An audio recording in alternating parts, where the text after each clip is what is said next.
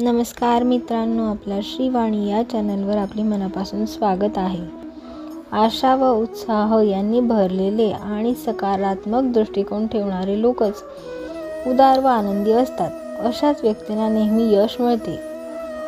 कवी, लेखक, चित्रकार, विद्वान, मुत्सद्दी, शिल्पकार, नेते, अभिनेते, कलावंत यासारख्या सर्व यश व्यक्ती आयुष्यात नेहमी सकारात्मक दृष्टिकोन बाळगतात.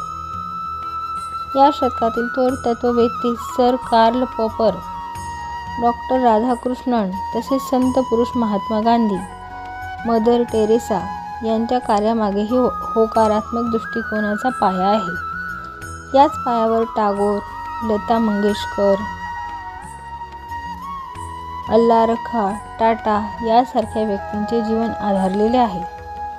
या व्यक्तींचे आयुष्य अभ्यासले असता लक्षात येईल की कितीही त्रासदायक परिस्थिती असली तरी त्यांनी आशावादी दृष्टिकोन कधीही सोडला नाही. आयुष्यात चढ-उतार नेहमीच येतात, मात्र आशावादी मनुष्य प्रतिकूल परिस्थितीतही आपले धैर्य गमावत नाही, तर निराशावादी मनुष्य अनुकूल परिस्थितीतही धैर्य एकवटू शकत नाही. सकारात्मक विचारांमुळे शरीरही सशक्त राहते. सदृढतेसाठी आशावादी दृष्टिकोन आवश्यक आहे. मन प्रसन्न असेल तर शरीर निरोगी राहते. जपानमध्ये अनेक व्यक्ती 100 गाठतात. याचे कारण शोधले असता असे लक्षात येते की या व्यक्ती कार्यमग्न राहून मन गुंतवून ठेवतात व प्रार्थना, ध्यान याद्वारे चित्तवृत्ती शांत ठेवतात. माणसाचे मन जितके विशाल तितके त्यांचे आयुष्य दीर्घ असते. तसेच ज्या व्यक्ती सतत कार्यरत राहिल्या त्या दीर्घायुष्य झाल्या.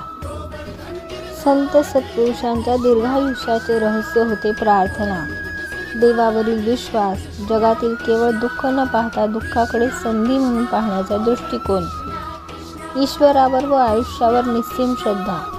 ज्याप्रमाणे लहान बालक आई वडिलांवर विश्वास टाकते, त्याचप्रमाणे सर्व संत सज्जन देवावर विश्वास ठेवतात. संत आणि उद्योग जगतातील महर्षी या दोहोंमधील महत्त्वाचे साधर्म्य म्हणजे बाह्य जगात सुखी होण्यासाठी त्यांनी प्रथम स्वतःच्या अंतरंगात सुख शोधले, मनात समाधानी वृत्ती आणली. ज्याप्रमाणे फळांनी भरलेल्या झाडाला दगड मारला तरी फळेच मिळतात, त्याप्रमाणे या सर्व व्यक्तींना कितीही दुःख मिळाले तरी त्यांनी समाजाला सुख देण्याचाच प्रयत्न केला. त्यामुळे जगावे प्रसन्न आणि आशावादी मनाने. धन्यवाद मित्रांनो.